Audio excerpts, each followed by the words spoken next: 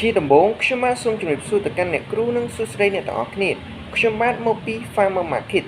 តោះមុននឹងយើងចាប់ផ្ដើមខ្ញុំបាទបានបង្កើតនៅកំណាព្យបទកគតិឡើងក្រោមចំណងជើងបេះដូងកសិករដែលឆ្លុះបញ្ចាំងអំពីទស្សនវិជ្ជាជីវិតជាក់ស្ដែងរបស់ពួកគាត់ក្នុងពេលបច្ចុប្បន្ននេះតោះឥឡូវយើងមកអានទាំងអស់គ្នាដាំហើយដាំទៀនប្រឹងអស់លទ្ធភាពស៊ូទ្រាំផ្ដាច់បដូរចាយលើដំណាំជីទឹកហែហូរផលបរិបូរណ៍នៅលក់មិនចេញចឹងកំណាព្យដែលខ្ញុំសូត្រអំបញ្ញមិញហ្នឹងអត្ថន័យទាំងស្រុងរបស់វាត្រូវបានដកស្រង់ចេញពីទស្សនវិជ្ជាអាប់អួររបស់ប្រជាកសិករខ្មែរនៅឯកោះអុកញ៉ាតីក្រុងអរិស័តខេត្តកណ្ដាលដែលជាផ្នែកមួយនៃការសម្ភាសន៍របស់ពួកខ្ញុំបន្ទាប់ពីពិភាក្សាគ្នាយ៉ាងដិតដល់ក្រោយពេលសម្ភាសន៍រួចក្រុមពួកខ្ញុំបានរកឃើញនៅ problem statement មួយដែលចោទមកថាការពឹងពាក់ជ្រុលទៅលើឈ្មួញកណ្ដាលនិងភាពខ្វះខាតក្នុងការធ្វើពាណិជ្ជកម្មជាហេតុដែលធ្វើឲ្យផលដំណាំដែលកសិករលក់ចេញគឺបានតម្លៃថោក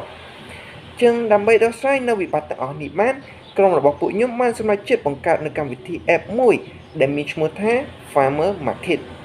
វាមាននីតិជួយកសិករអាចលក់ដំណាំរបស់ខ្លួនឯងបានតាមតម្លៃទីផ្សារថ្មីៗបូកជាមួយនឹងការបង្កើនទំនុកចិត្តនិងទំនាក់ទំនងដោយផ្ទាល់រវាងកសិករនិងអតិថិជនយ៉ាង smooth រលូនហើយនេះវិញគឺជា prototype របស់ក្រុមពួកខ្ញុំនៅក្នុងនោះយើងបានចែកវាជា2 categories ដែលទី1សម្រាប់កសិករផុសនៅទំនិញសម្រាប់លក់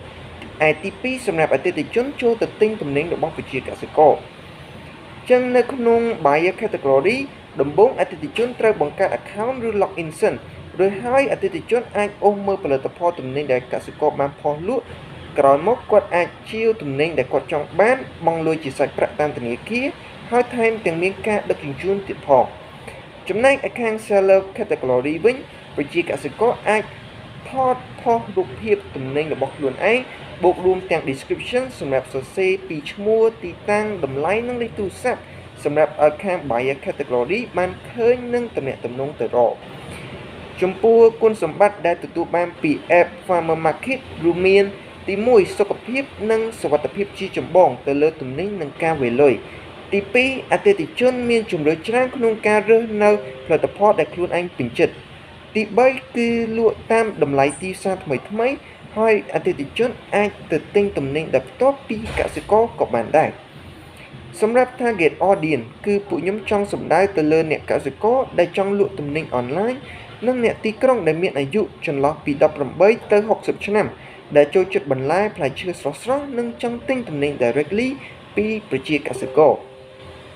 សម្រាប់ financial revenue ពួកខ្ញុំបានបែងចែកវាចេញជា2ដែលទី1គឺការទទួលបាននៅភាគរយចន្លោះពី3ទៅ5%រាល់ការលក់ចេញទៅឲ្យអតិថិជន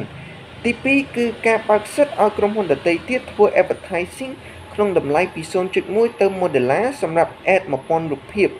និងពី$5ទៅ$10សម្រាប់ការផុសវីដេអូដែលមាន view ចាប់ពី1000នាក់ឡើងទៅសម្រាប់ competitor analysis ក្នុងវិស័យកសិកម្មពួកខ្ញុំបានលើកយកក្រុមហ៊ុន Crossdale និងទន្លេសាបមកធ្វើការវិភាគដែលភាគច្រើនផ្នែក promotion discount និងការ refund ទំនិញគឺនៅពុំទាន់មានសកម្មភាពនៅឡើយទេហើយដូច្នេះហើយក្រុម Farmer Market នឹងដាក់វាបញ្ចូលទៅក្នុង app ឲ្យប្រជាជនបានប្រើប្រាស់ចំពោះការ expansion potential វិញគឺពួកខ្ញុំសូមចែកវាជា3ដែលទី1 short term រយៈពេល1ឆ្នាំដំបូងគឺពួកខ្ញុំនឹងបង្កើត app ហើយផ្សព្វផ្សាយវានៅជុំវិញទីក្រុងភ្នំពេញទី2 medium term រយៈពេល3ឆ្នាំគឺពួកខ្ញុំនឹងបង្កើនគុណភាព app ខាង UX UI ហើយផ្សព្វផ្សាយទៅកាន់គ្រប់ខេត្តទាំងអស់ទី3 long term រយៈពេល5ឆ្នាំគឺពួកខ្ញុំធ្វើការផ្សព្វផ្សាយទៅឯក្រៅប្រទេសបង្កើន partnership និងធ្វើឲ្យ business ឈរជើងបានយូរហើយ partnership មួយចំនួនដែលពួកយើងចង់រកគឺទី1វរៈបន្ថែមសម្រាប់ការដឹកជញ្ជូនទី2គឺប្រជាកសិករខ្មែរសម្រាប់ផលិតផលដំណាំរបស់ពួកគាត់ទី3គឺឈ្មួញកណ្ដាលសម្រាប់ការស៊ើបសួរពីតម្លៃទីផ្សារថ្មីៗចំណែកឯទី4គឺក្រសួងកសិកម្មរុក្ខាប្រមាញ់និងនេសាទសម្រាប់ការសុំនៅបតង់សិទ្ធិក្នុងការបើកនៅក្រុមហ៊ុនមួយនេះចឹងដើម្បីបង្កើតនៅ app នេះបានក្រុមរបស់ពួកខ្ញុំត្រូវការទី1អ្នកខាង software and developer ទី2គឺខាង financial analysis ទី3ខាង digital marketing ទី4ខាង graphic designer ចុងបញ្ចប់ខ្ញុំបាទសូមអរគុណអ្នកទាំងអស់គ្នាសម្រាប់ការតាមដានស្ដាប់ដោយការយកចិត្តទុកដាក់ហើយនេះក៏ជា team member របស់ពួកយើងដែលមានចក្ខុវិស័យរួមគ្នាទៅលើការដោះស្រាយបញ្ហារបស់ប្រជាកសិករខ្មែរសូមអរគុណ